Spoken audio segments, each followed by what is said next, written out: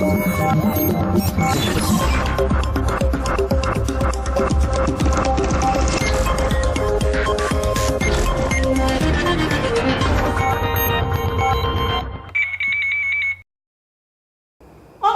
está começando o programa Eleições, com uma série de entrevistas com os candidatos a governo do estado do Rio de Janeiro pela TV UERJ Online. Nesse ano, temos 7 candidatos a governador e o primeiro turno vai acontecer no dia 5 de outubro. E quem está conosco hoje é a candidata Deise Oliveira, do PSTU, o Partido Socialista dos Trabalhadores Unificado. Muito obrigado pela sua presença, candidata. Obrigada. E agora nós vamos conhecer mais um pouquinho da vida pregressa da candidata. Então, roda o VT. Deise Oliveira Gomes é militante socialista e integrante do movimento negro no Rio de Janeiro.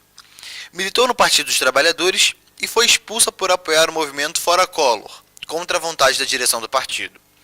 Participou da fundação do Partido Socialista dos Trabalhadores Unificado, o PSTU, do qual faz parte até hoje. É também fundador e dirigente do Sindicato Estadual de Profissionais de Educação do Rio de Janeiro, sendo atualmente parte da Secretaria de Gênero e Combate à Homofobia.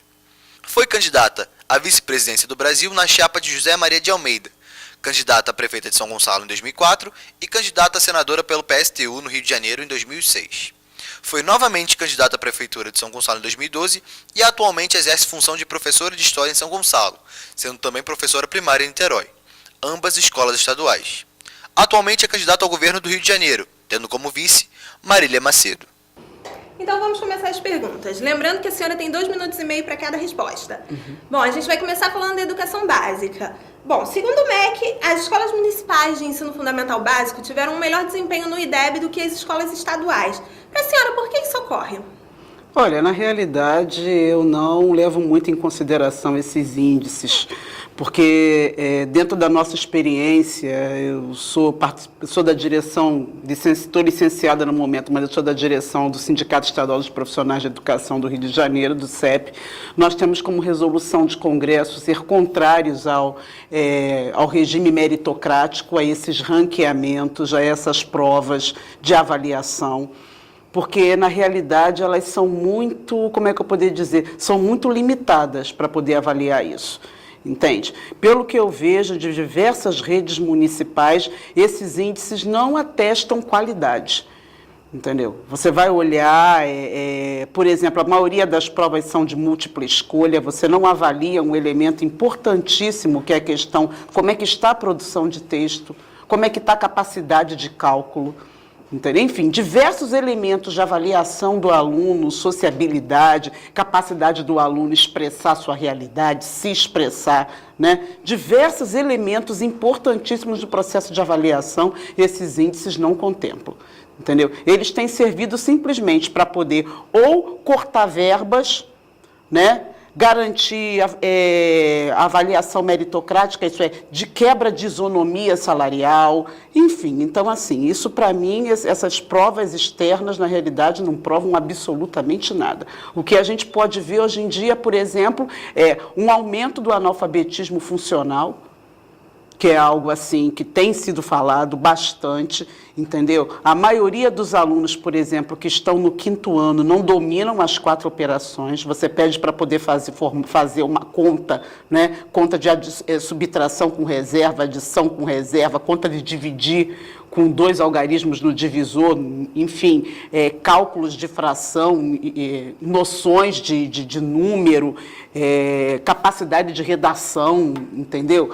E isso, na hora que você vai olhar, você vê nitidamente o limite, problemas sérios na educação, que não são os profissionais de educação os culpados, mas sim o desleixo, o descaso de todos os governos que por aqui passaram. Então, candidato, agora a gente vai falar um pouco de educação superior, visto que estamos na UERJ, né? E a presença da UERJ, fora da cidade do Rio de Janeiro, em lugares como Resende e Teresópolis, apresenta poucos cursos. Como seria possível aumentar a variedade dos cursos oferecidos nesses lugares e como ampliar a presença da UERJ em outros municípios para desenvolver a educação superior nesse estado? Estatização do ensino superior. Acabar com a reforma universitária. Por exemplo, a função da universidade não é fazer pesquisas de acordo com o interesse do capital privado, entendeu? Não é isso.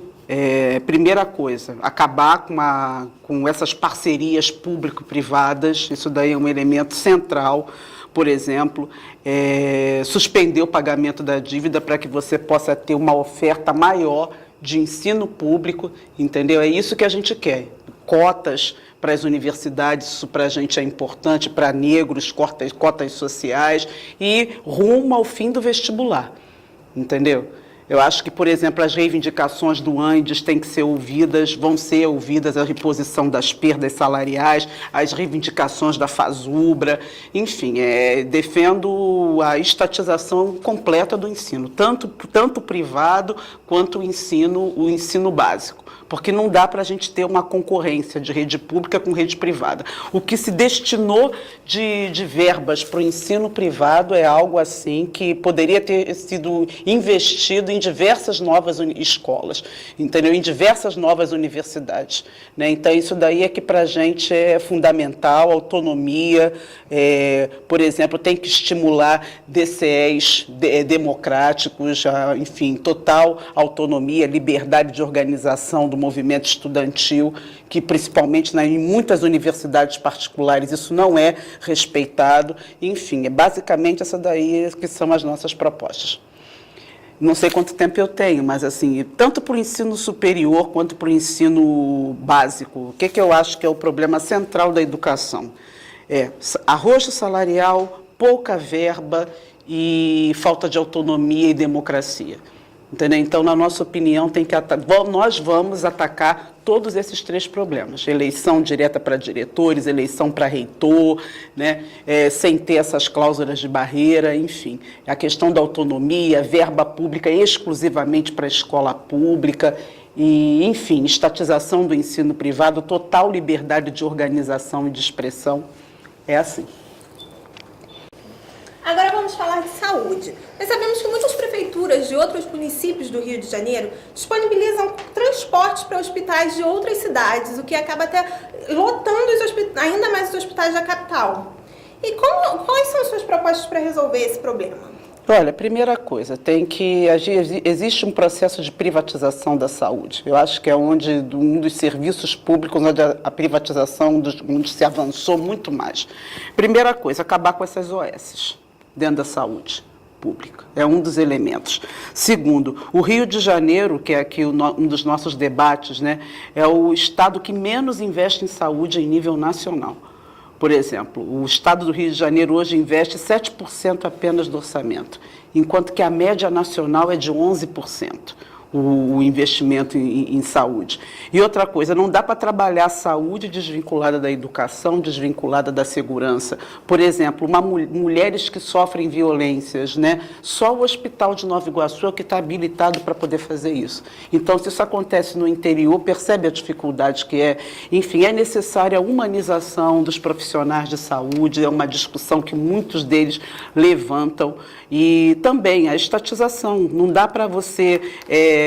saúde não rima com lucro, entendeu? Por exemplo, se você tem dinheiro, você vive, se você não tem dinheiro, você morre, isso é desumano, não dá para a gente poder aceitar isso. Então, por exemplo, tem que ouvir o CREMERGE, as propostas de piso salarial do CREMERGE, né, do conselho, dos setores, dos sindicatos de profissionais de saúde, enfim, reposição de perdas, valorização salarial, condições de trabalho, enfim. Então, eu acho que tem que desprivatizar a saúde. Para desprivatizar, tem que acabar com as OS, tem que garantir a democratização, melhorar os salários, né? As categorias que trabalham dentro da saúde têm uma série de discussões sobre isso. Por exemplo, atendimento à população negra, que tem pobre, que tem diversas doenças específicas, então tem que se investir em pesquisas para poder resolver isso. Educação mesmo, campanhas, por exemplo, AIDS. Você só tem campanha de AIDS em época de carnaval, por exemplo. Enfim, então eu acho que é essa daí que é a situação. Tem que construir os hospitais públicos, postos de saúde, né? Enfim, não é... E com médico, com remédio, enfim, tem que investir em saúde, por isso a gente defende estatização da saúde, 10% do PIB para a educação e para a saúde também. Agora falando um pouquinho de segurança pública, né, candidato? O projeto dos UPPs divide opiniões. Qual é a sua opinião a respeito dessa política? Quais são as suas críticas? E a senhora pode dar continuidade a esse projeto? Já falei em tudo quanto é debate, eu vou repetir, sou categórica, sou contra as UPPs. As UPPs, elas têm servido para quê? Para poder matar negro, matar pobre, matar trabalhador. É isso que a gente tem, para isso que elas têm servido. Por isso que a gente está aí. E tem envergonhado a própria profissão de policiais, a segurança.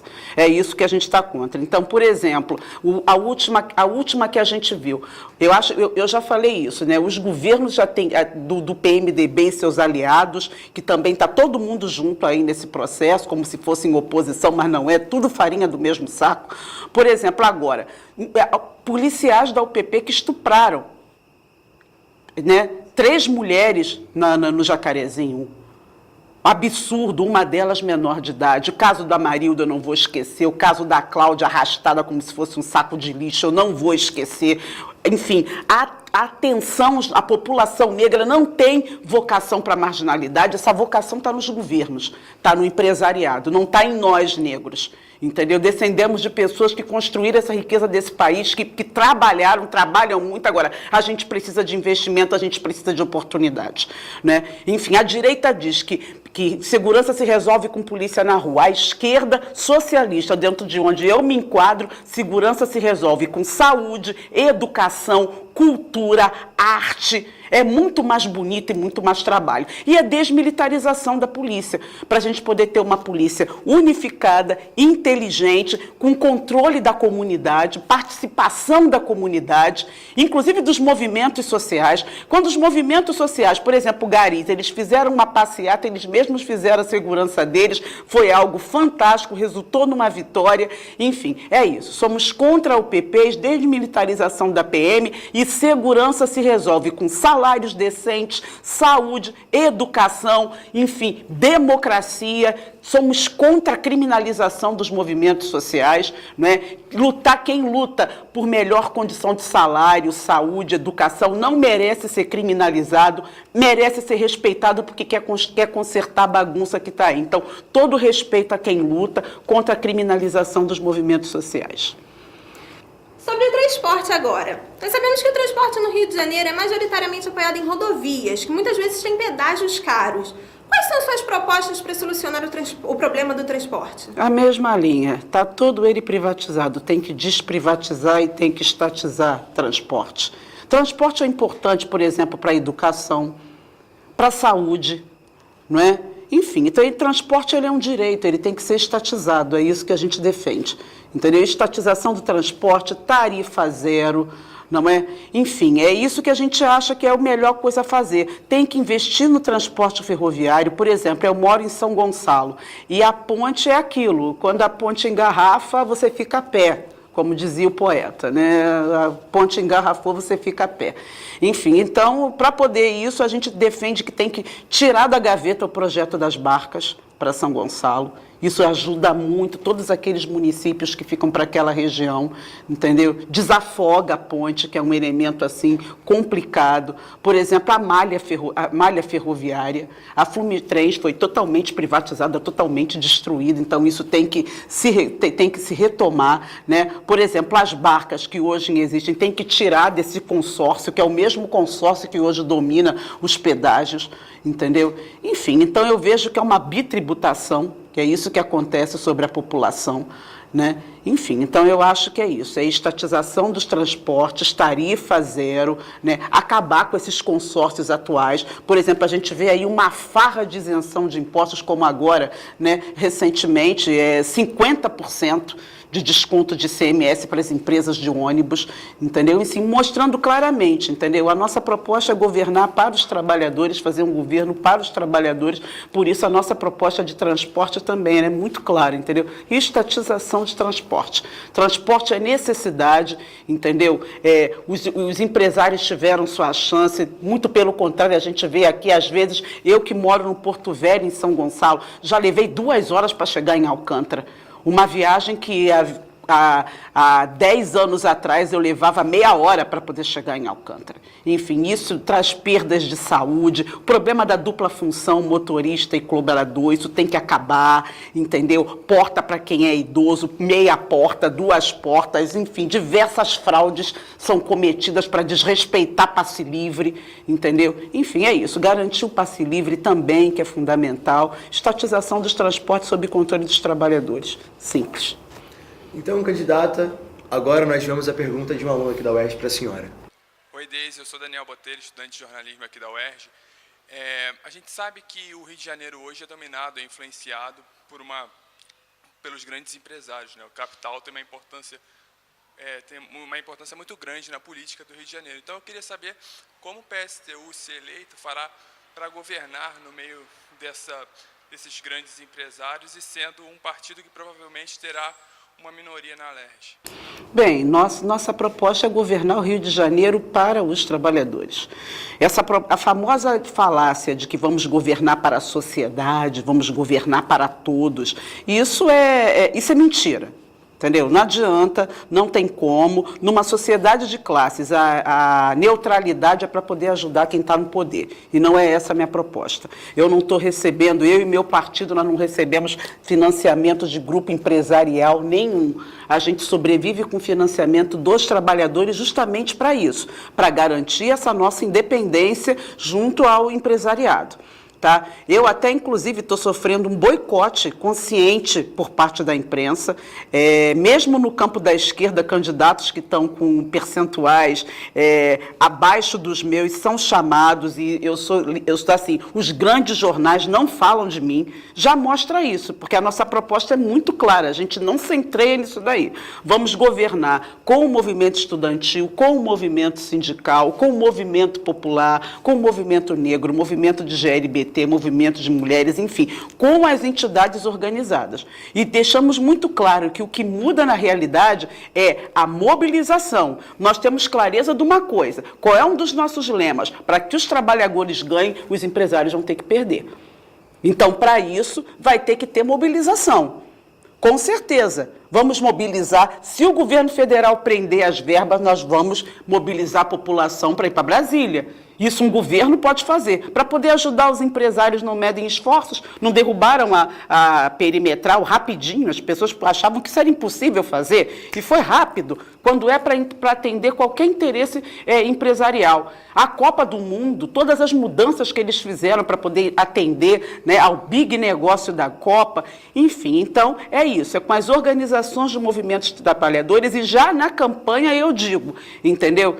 Eu digo para as pessoas, mais do que seu voto, eu quero você na luta. Porque junho, ano passado, mostrou, todas as mobilizações de junho mostraram, né, que quando o pessoal foi para a rua, que a gente conseguiu acabar com a cura gay, que a gente conseguiu diminuir as passagens, enfim. E falta muita coisa que podem mudar. Garins deu um exemplo, que fizeram uma greve vitoriosa. Agora, rodoviários de Pernambuco também fizeram outra greve vitoriosa. Enfim, é isso. É com a luta e com a organização dos trabalhadores que a gente vai resolver esse problema, Daniel.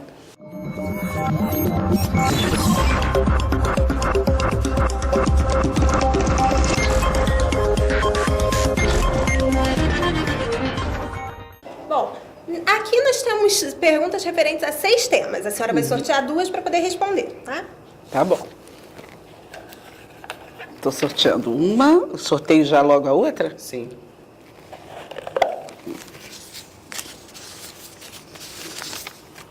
Pronto. As 2 perguntas sorteadas.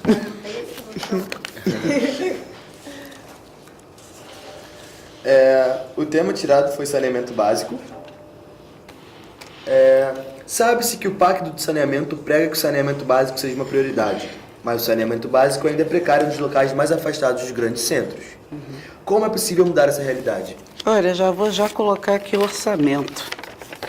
Para saneamento básico, como é que está a situação? Para a gente poder ter uma ideia do desleixo. 1,9% do orçamento do Estado é destinado ao saneamento básico.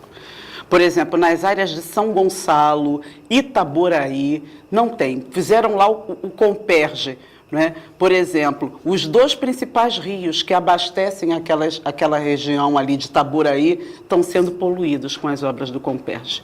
Por exemplo, a questão do EARIMA, não é? Que até então era feito pela FEEMA, que está sendo aos poucos, né, sucateada, estão botando para cada empresa fazer seu EARIMA. Isso é o impacto ambiental, a própria empresa que está fazendo.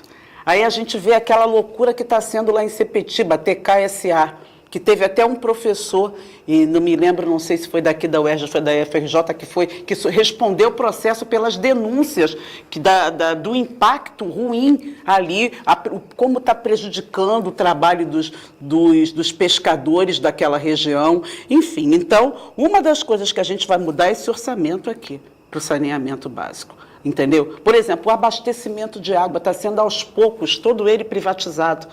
Em Niterói já tem lá uma empresa que privatizou esse processo, estão começando a avançar nesse processo na privatização do abastecimento e garantia de água. Por exemplo, em Macaé, eu estive lá, a cidade do petróleo, não tem água. Não tem água, e estão querendo lá fazer um porto que vai consumir muito mais água, vai prejudicar mais ainda o abastecimento d'água. Por exemplo, eu moro no meu bairro, no Porto Velho, lá em São Gonçalo, é uma enchente que uma empresa ali perto fez, uma obra lá porca que fizeram, que há 50 anos é uma enchente que não se resolve. Enfim, então não se está investindo nisso, ao passo que... Por outro lado, os encargos especiais, que são uma parte das dívidas aos banqueiros, 26% do orçamento, isso é. Entendeu? Por que as coisas não dão certo? Todos os governos têm priorizado atender os empresários. Saneamento básico é uma necessidade dos trabalhadores, dos operários, não é? Isso tem causado doenças horrorosas. Enfim, então é isso que a gente vai mudar. Entendeu? Vamos garantir, sim, o saneamento básico para a população, que é garantir vida. Saneamento é vida. A segunda pergunta é sobre assistência social. Como pode ser feito um trabalho de assistência social para pessoas com dependência química, seja do álcool, crack ou outras drogas? Enfim, para o saneamento básico a gente viu 1,99%. Sabe quanto que é destinado à assistência social? 0,79% do orçamento. Nem 1% do orçamento é. Entendeu?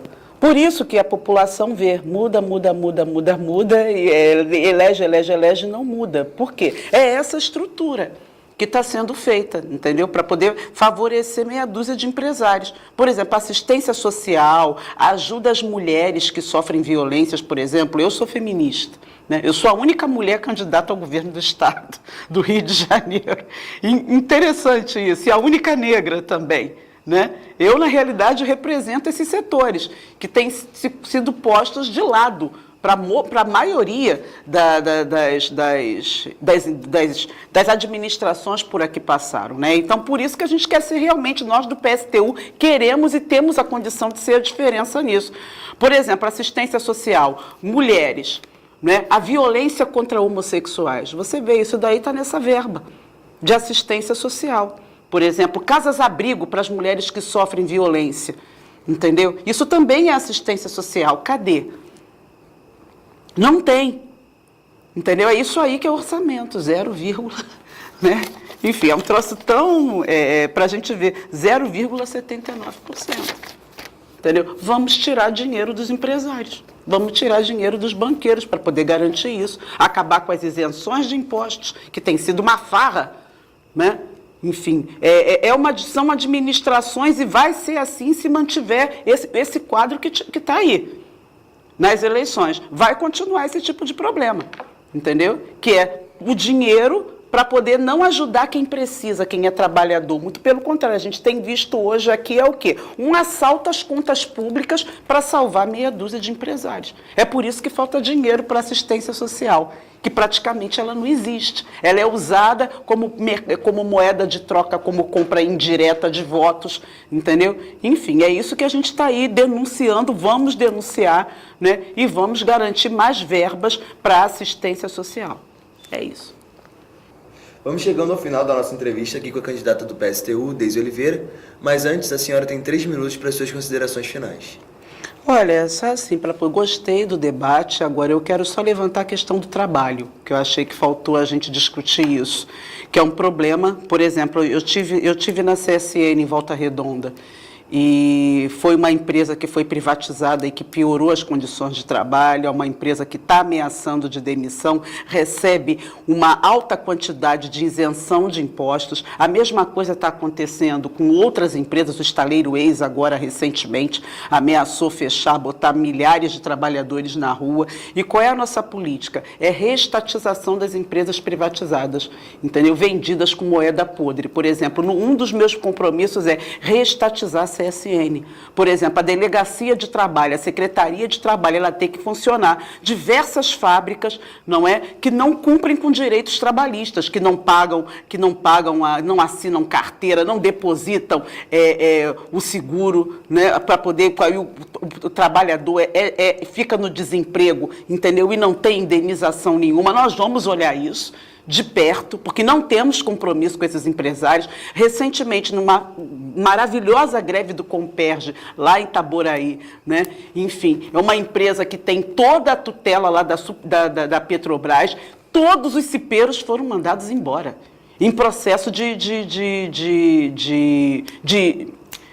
justa causa, que são altamente questionáveis. Enfim, então é o que a gente está aí colocando, estamos denunciando. Eu sou uma candidata, entendeu? Que também estou lá, meu compromisso é com a classe operária, com a classe trabalhadora, com a população negra, pobre, que tem sido deixada de lado durante todo esse período. Então, é uma questão que eu gostaria aqui de marcar, né? Todo apoio ao movimento operário, entendeu? Que é muito importante, é fundamental. Por exemplo, e a questão também da luta contra o racismo, contra o machismo, contra a homofobia, contra a criminalização de quem é pobre. Isso aí é uma outra questão que a gente vai denunciar bastante. Por exemplo, creches, diversas operárias, trabalhadoras que precisam de creche. Não é nada daquilo que o Sérgio Cabral já disse, que mulheres trabalhadoras de favelas, em sua maioria negras, eram fábricas de marginais. Não. O descaso do governo é que tem fabricado marginais, né? Um outro candidato falou que a pessoal sai da periferia para vir para a cidade para poder roubar. Não, muito pelo contrário. São eles quem têm roubado esse tempo todo. Então, assim, nenhuma confiança nesses candidatos. E também estou fazendo aqui as nossas propostas, né? Para o Senado, a gente está aí com um carteiro, Heitor Fernandes, contra a privatização dos Correios, das telecomunicações. É uma questão que a gente está aí levantando. Ciro Garcia, enfim, presidente do nosso partido, deputado federal, que as pessoas se engajem na nossa campanha, procurem nossa página no Face, curtam, porque é isso, é a campanha do Tostão contra o Milhão. E voto de protesto é votar em quem luta, em quem protesta, né? Então, vote em quem luta todos os dias, vote no PSTU. Muito obrigada pela sua presença, candidata. E fica por aqui o programa Eleições. Prazer todo meu. Ao longo dessa semana, nós vamos mostrar mais entrevistas com outros candidatos ao governo do estado do Rio de Janeiro. Então, até a próxima conexão. Thank you.